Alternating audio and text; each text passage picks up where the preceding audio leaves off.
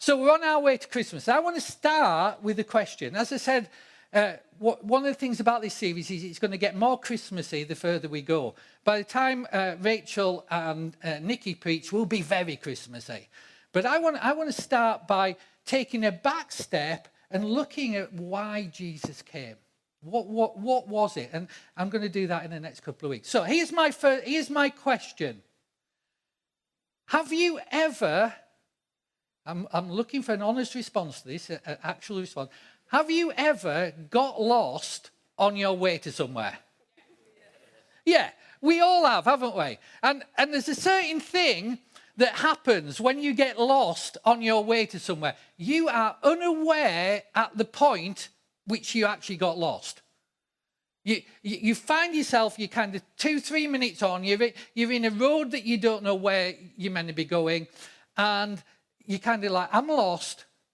I don't know how to get back to where I was, and I don't know how I got here. What did I do wrong? Now, in the world we now live in, some of that is solved by GPS, isn't it? Most of the time. If you try to get GPS on our house, you end up on the park and ride, so that's not helpful. All our delivery drivers get lost. They ring us from the park and ride. We got lost in Bury St Edmunds last week, on Thursday. We were having breakfast with John and Rachel. We set off in Bury St Edmunds. We wanted to get to the car park. The GPS was taking us to the car park, only the road that he was taking us down is now shut. And I'm going like, and now I have no idea where I am.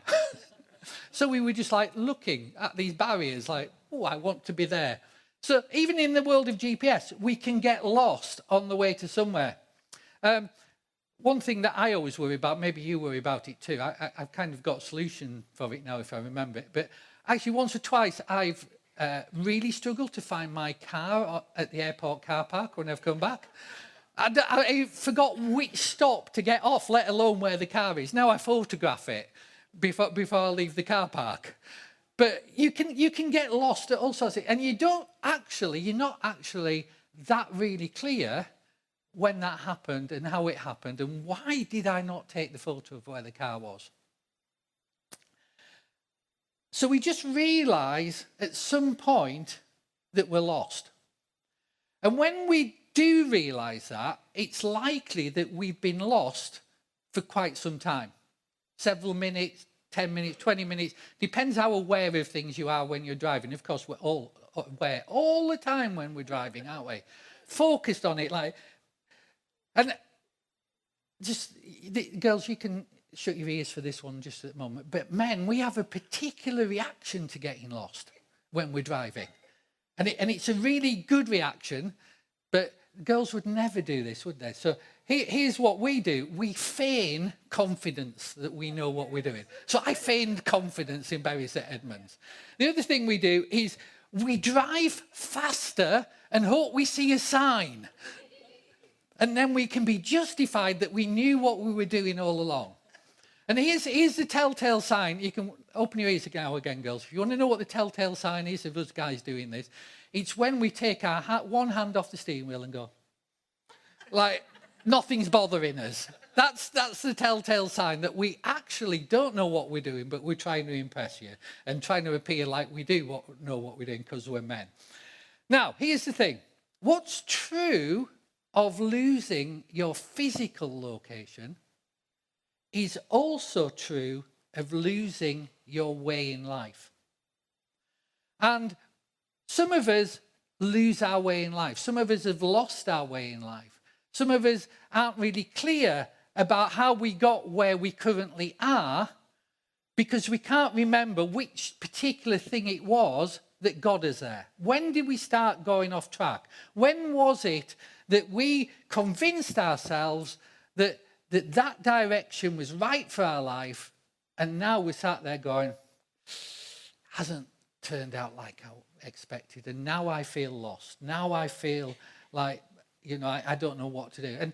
And this is the thing that Cheryl and I have experienced over and over the years, not personally, but in ministry, that people lose their marriages before they even realise what's happening. People lose relationships because of, and then they go like, I don't know how that happened. I don't know how I lost that relationship.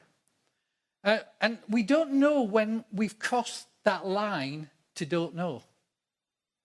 And it's a funny sort of phenomenon in that it kind of, we want to be happy, but for whatever reason that we can't fathom, we find ourselves going in a direction where we're not happy. We're not content. We're not seeing what we expected to see. Life's not turning out like we expected life to turn out. And if you're really lucky, like we've been lucky on occasions, is you have friends. And one of the things about friends is if they are real friends, they will try and warn you that you're heading in the wrong direction and you may not have noticed. Your life is not on the right track. The question is, when you've got friends like that, what do you do with their advice? If you're anything like the man who's driving, you ignore it and pretend that you are confident that you do know what you're doing with your life. And there's nothing wrong. I'll be fine. I know what I'm doing. This is my decision. I'm going to do this. And your friends are going, no, don't do that. Don't do that. That won't go well. And then we find ourselves, we've still done it.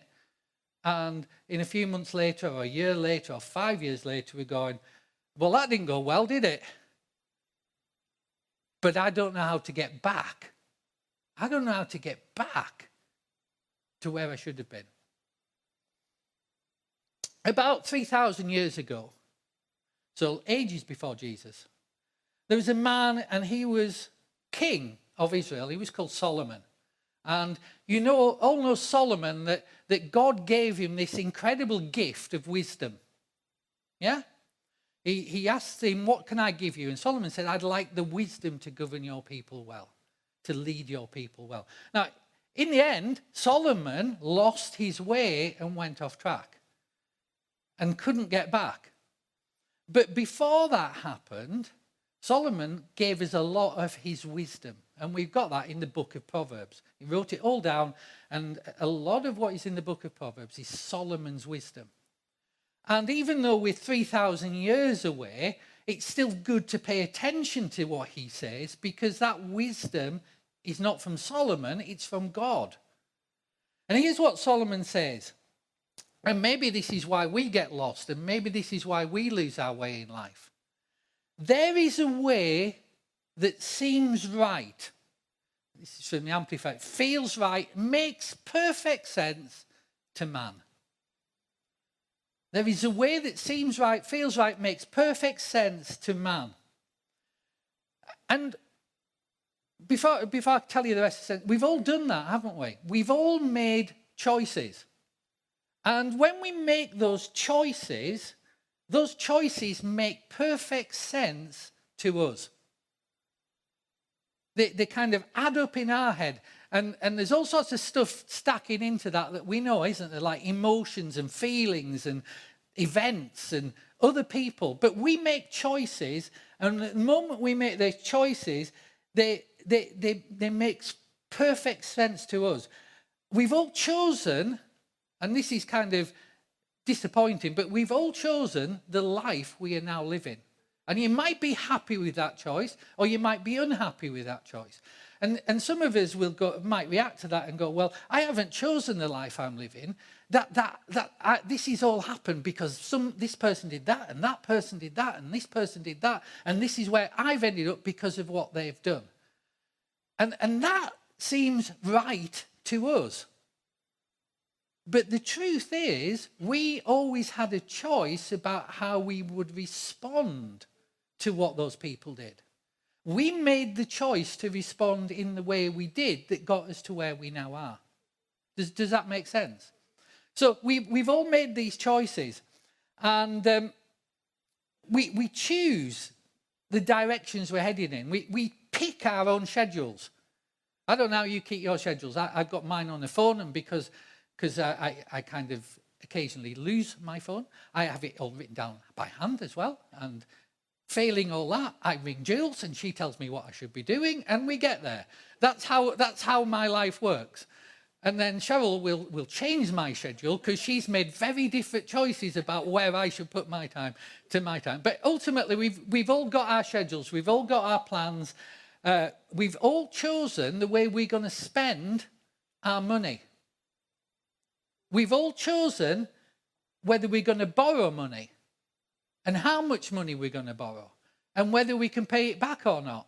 And I can guarantee you, the moment you made those choices, good choices or bad, they all seemed right to you. They all seemed right to you. Solomon goes on and he says, the reason you chose these things is because it seemed right to you. And then he says this, but the end of those choices is death. That's not a jolly statement, is it? I think, can we all agree that's not jolly? That's not very Christmassy, is it? But don't worry, I'm going to get to Christmas eventually. That's not very Christmassy. But what he's saying is, I understand, and God understands why we make these choices. You make those choices because you've seen your parents model those sort of choices. You've seen the way they reacted to things, and now you react to the same things the same way, even though when you were a kid, you swore you wouldn't react to them like your parents did, but now you do. And, you know, even friends, we take their models and their reactions, and that all feeds into our choices. So God understands why we've made these choices. This isn't about God having a downer on us. It's about God saying, I understand. This is how it happened. It seemed right to you, but the end of those choices is death. In other words, it's a dead end. Those choices lead you to a dead end. Like our barrier we were facing in Bury St Edmunds. It's a dead end. And the only thing you can do when you're at a dead end is try to work out how to reverse backwards for it and get on a better track. Yeah? So, when we realize we're at a dead end, when we see that dead end, we tend to kind of use directional language, don't we? This is how we can tell maybe that we've got ourselves close to or heading for a dead end. And we'll use things like, I don't know where to turn. How many people have said that to you? Even if you've never said it yourself, how many people have said it to you? I just don't know where to turn now. I don't know what to do. Or when people have made choices about what that's affected their character, affected the way they are, they say, I don't know how to get back to that person I used to be. I'm not the person I wanted to be, and I don't know how to get back to that person I used to be. Maybe they'll say, I'm just not in a good place. I'm lost. And your answer is, come sit with me. So, what has all that got to do with Christmas? And you're going like, why are you depressing me, Mark, about my bad choices when all I've been thinking about is kind of like, when am I going to put the tree up and when am I going to get the baubles out? And more to the point, what am I going to buy people for Christmas? And on all those things, why are you depressing me, Mark? Because at Christmas, whatever direction we are headed in, we are always presented with a different way, a new way. And that's kind of where we get the title of this series from. Because at Christmas, we are presented with a person who not only claimed to know the way, but came as a baby to grow up to be somebody who would show us the way. And to show us the way we should live. In the new year, we're going to do a kind of full series on John. I put that in the email last week.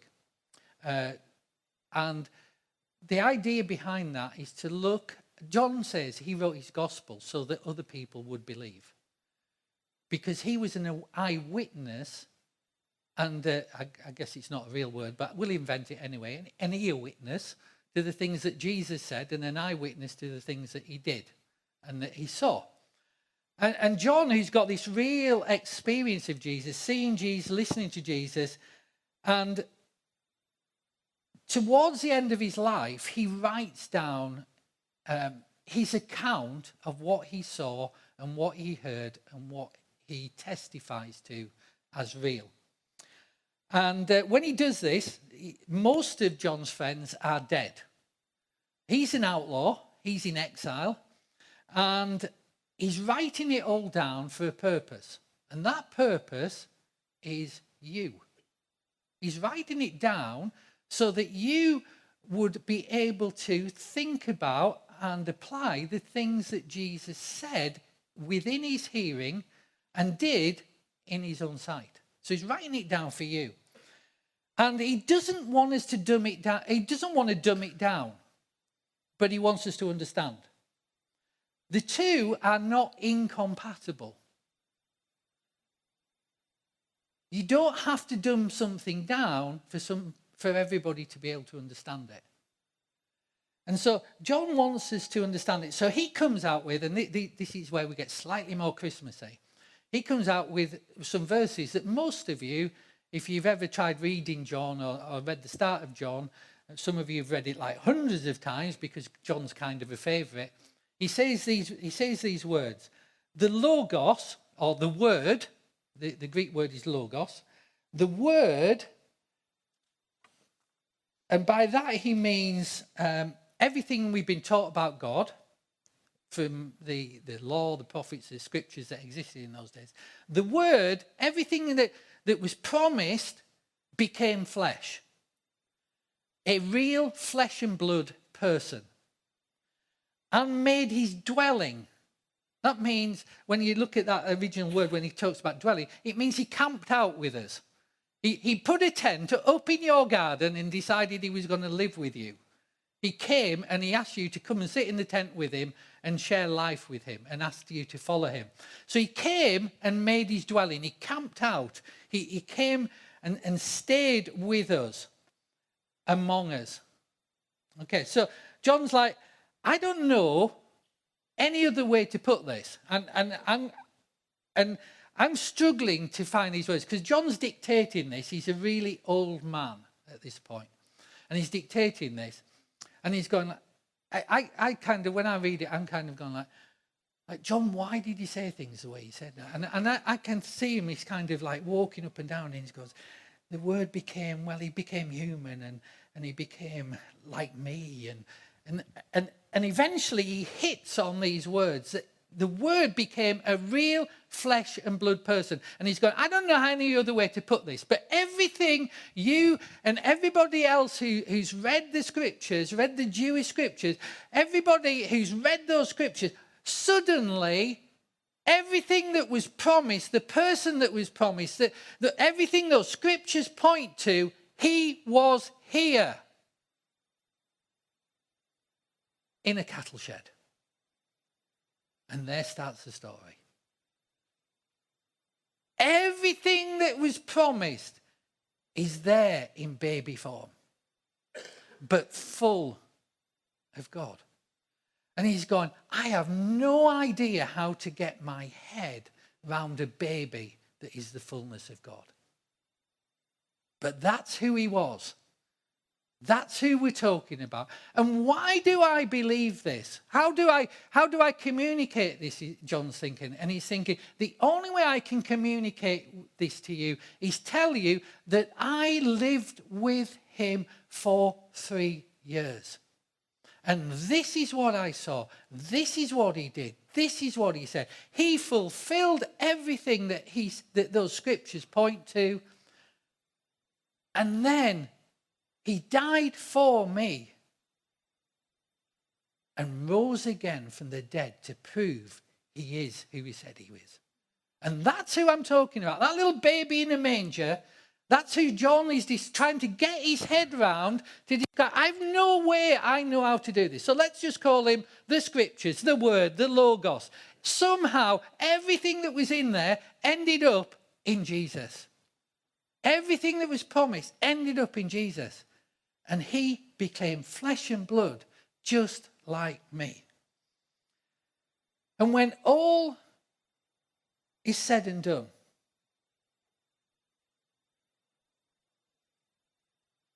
this is what it means. Jesus, that little baby, is the Son of God, sent by God to show us what God was like and what God is like, and to reconcile us back to God. Somehow this amazing miracle happens, and that's what it means. God, as he promised, has sent his Son to show us what he is like. And John is saying, so all those scriptures, you now have to go the other way, and you have to say, okay, we now know what God is like because Jesus showed us. So now we know what those scriptures mean. Because that's God's heart. God's heart is for us, because they were all thinking God was against everybody. God was just wanting there to judge everybody and pick on everybody and pull you up at your slightest failings. And that's what they're all thinking. And he's going, no. God came because he's for you. Jesus came because God is for you. So you now need to look at everything you know about God and see it through Jesus.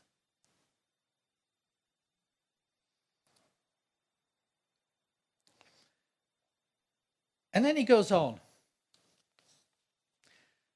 The Logos, the Word, became flesh and made his dwelling among us. We have seen his glory. Okay, before I get on to glory, because that's kind of a very Christian-y word these days, but we is really important, because John is saying it's not just me, guys. It was hundreds of us. We all saw it. We all witnessed it. We all touched him when he's raised from the dead. We all know what this means. He explained it to us. He showed us what it means. We beheld his glory.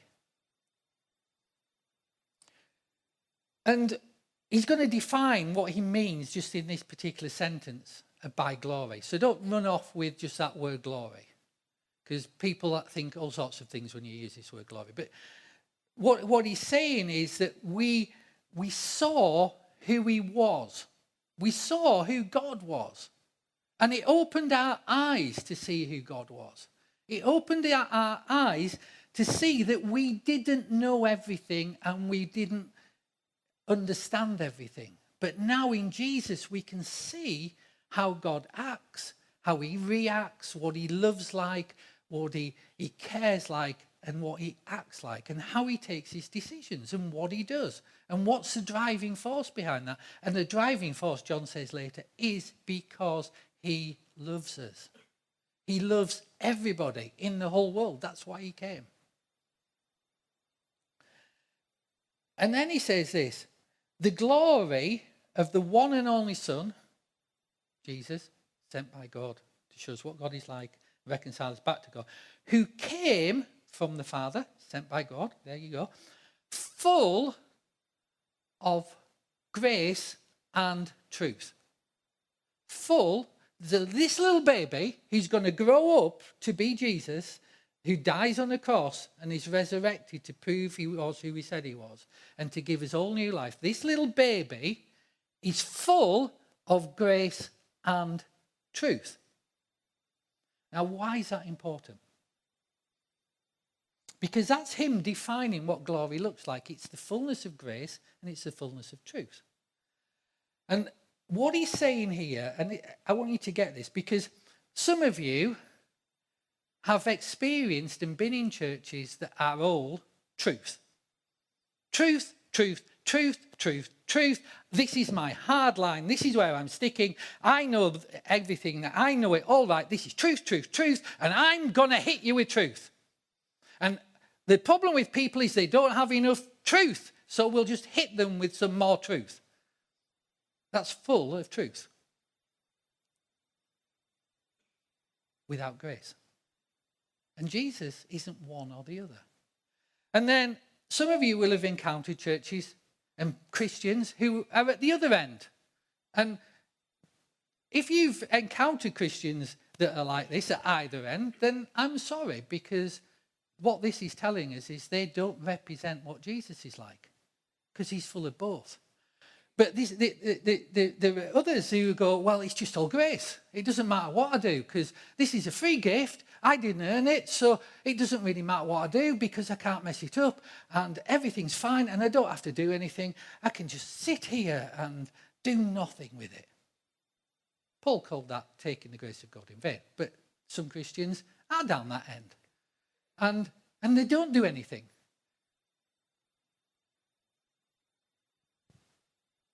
Jesus did both fully. And again, I'm going like John, John's just gone like, how do you do that? I'd really like to do that, but I have no idea what that means. And he goes, look at Jesus, this is what it means. See what it means to be full of grace and truth. Because Jesus was both fully, he never dumbed down truth. Jesus never ever dumbed down truth. He never compromised truth. But he also never dialed down grace. Truth, to be effective, only really changes hearts when it's wrapped in grace. When it's wrapped in love for the person, compassion for the person. Truth, with grace, wrapped in grace, penetrates hearts. Because the person knows you are for them. And that you love them. And then they can receive. But sometimes we try and do it the other way around. And it gets horrible, and truth becomes a doctrine, and grace becomes a doctrine, and we all argue about it on Facebook. And, discourage about 700 other people who see our posts on Facebook from ever wanting anything to do with Jesus. Because we don't get it. We don't get that it's truth and grace in full. And John says, when Jesus came, that's who he was. That's what he brought. He was full of both. How did they get it? How did John get it? He got it because he spent time with Jesus. How do we get it? We get it because we spend time with Jesus.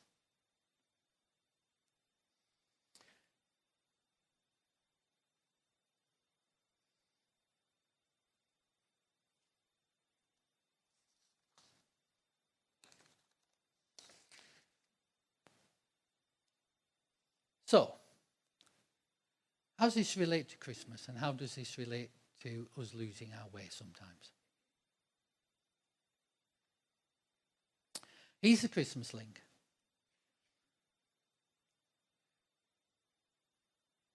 The reason Jesus came was not to be remembered as a baby in a manger.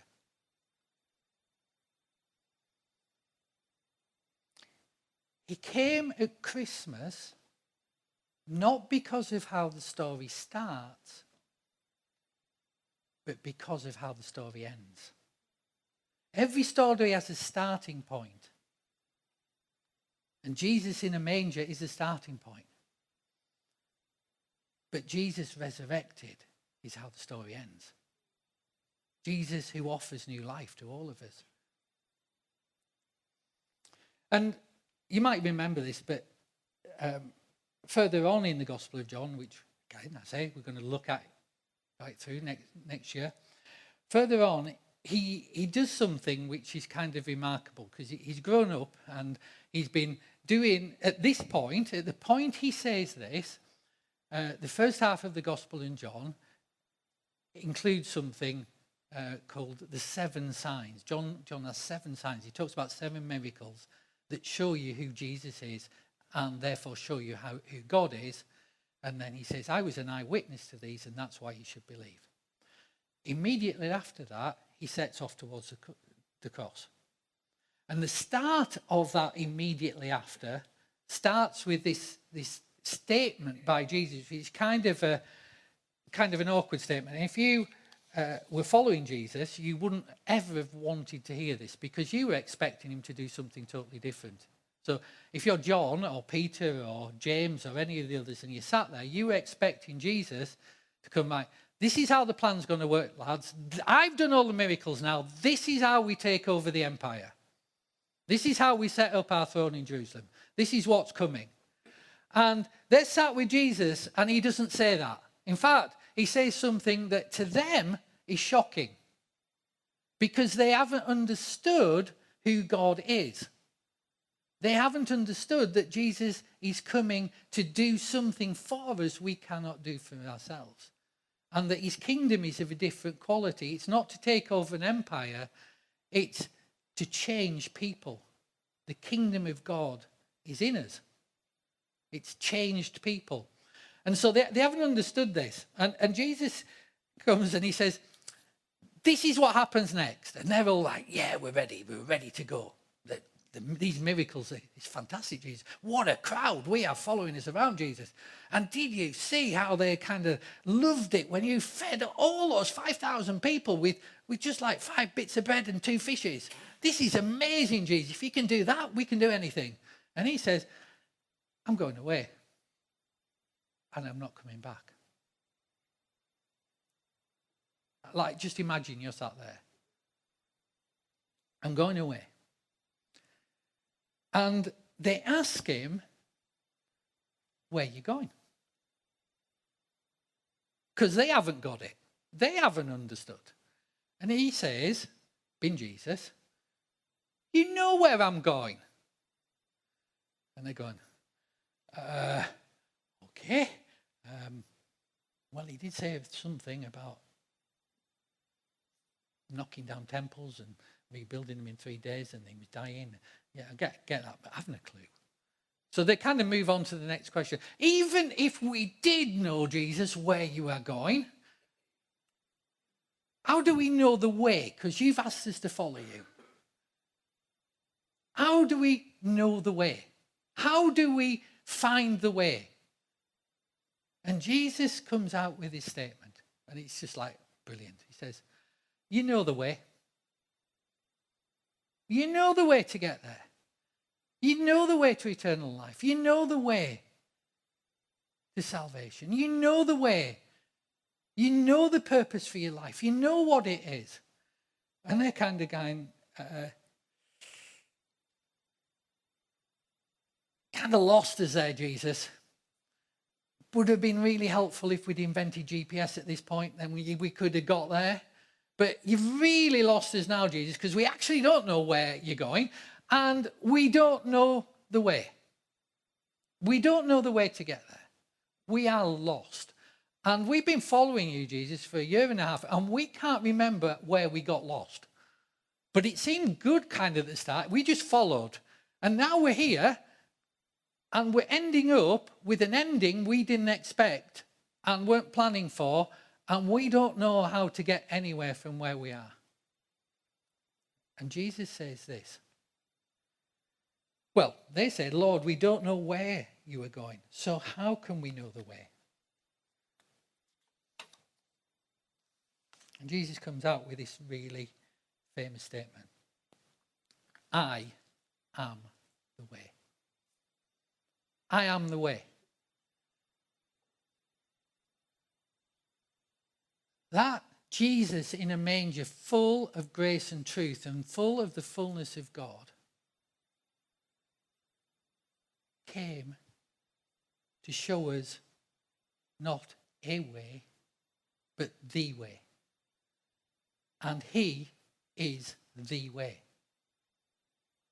Let me just unpack it.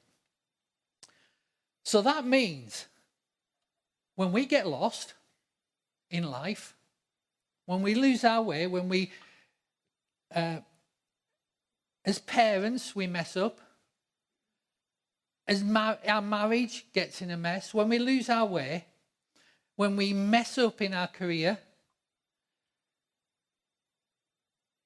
when life in general is in a place we never wanted, we never expected, and don't know how to change, our reaction is I want to fix it. I want to fix it. I want to know something. And what we do now, and this is why it's so important that we get people to hear something different.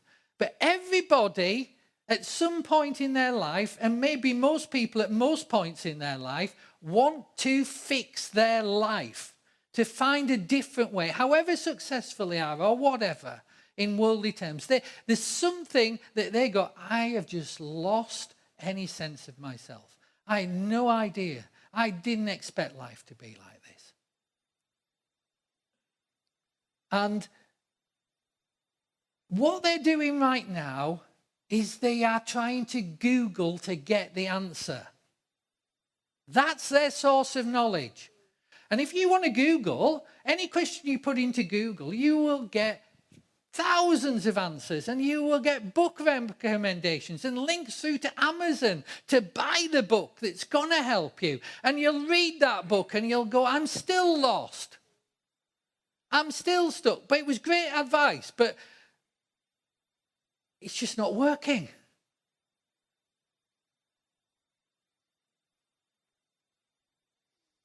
I love books. I've got hundreds and hundreds of books, and I've read most of them. And I look along my bookshelf and I go, how helpful were they? And maybe there was an odd thing in a few of them that really helped. But ultimately, they didn't show me the way. They didn't stop me from making some of the choices that I've made. Because what they did do was get me confused.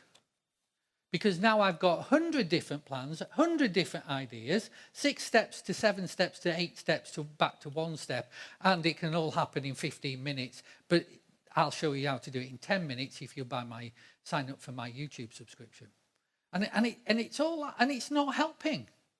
It's not helping us find the way. Jesus came. He came himself, and he became one of us to show us all the way. Firstly, to show us the way back. The way back to that place in your life that you used to feel, this is me. And I want to feel like that again. I want to be that person again. To show us the way back to peace with God. To show us the way back to peace with others. And maybe you thought, I can never get back. I can never put it right. And Jesus says, I've come to show you the way to get back. And he came to show us the way through. Through the mess that you've made or other people made for you. Through the problems that you created or other people created for you. And maybe sometimes we're mature enough in moments of clarity to realize that maybe we're part of the problem. But we can't figure out a way to get through.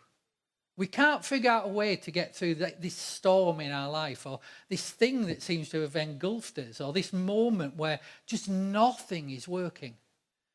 And Jesus says, I am the way through. I am the way back. I am the way through. And I am the way forward. Because you can't change the past. But you can be that you want to be. You can get through this. And here's how this works. Follow me, because I am the way forward. I can take you from where you are now to where you want to be and where you need to be. I can take you from lost to found.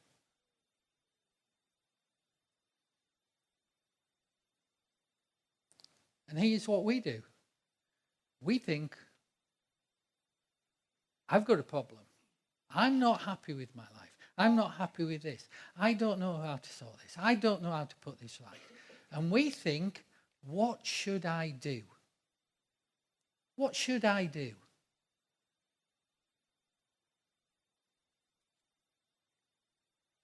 And here's what John understood. Here's what these guys, all those eyewitnesses understood. And we can miss it if we don't listen, if we don't listen carefully. What should I do is the wrong question. And how did they get it and we miss it sometimes? Because we all want to fix things. We all want to fix us. We all want to fix other people. We all want to fix situations. And our natural response is, what should I do? And if you're a guy, you're more likely to come out with that, what should I do? Because us guys like to fix things. But whether a guy or a girl, we want to know what we should do. And John and the other who follow Jesus say, that's the wrong question. That's the wrong question for your life. Because they personally remembered what Jesus said to them.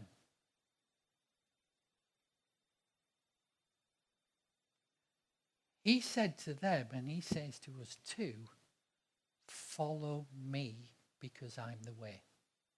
You want to know the answer to what should I do? The question really is, who should I follow? And Jesus is saying, follow me.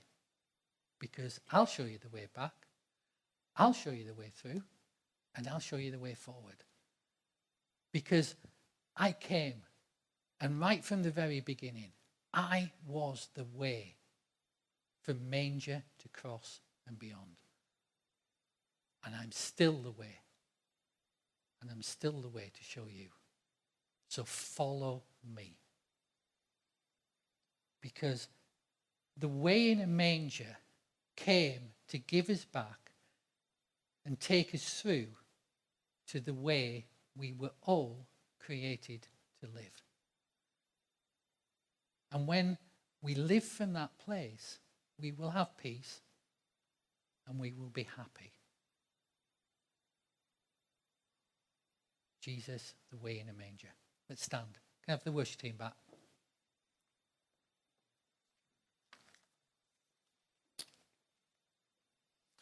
So, Father, I want to thank you that you came, you sent Jesus, your Son, to show us your nature, to show us your character, to show us how you love, to show us how you act, to show us what you like, to show us what you dislike, to show us how you react to things, to show us what love looks like. And I thank you, Lord, that you came full of both grace and truth. And I pray, Lord, that we would understand and see something of what it is to look like you, to be like you, to follow you so that we act like you, our character is like yours, our hearts are like yours, and we love like you. So as we go through this series heading towards Christmas, Lord, I pray that in all of this, you will show us yourself. You will reveal yourself to us in a new way, a fresh way, a fuller way, a better way. Amen.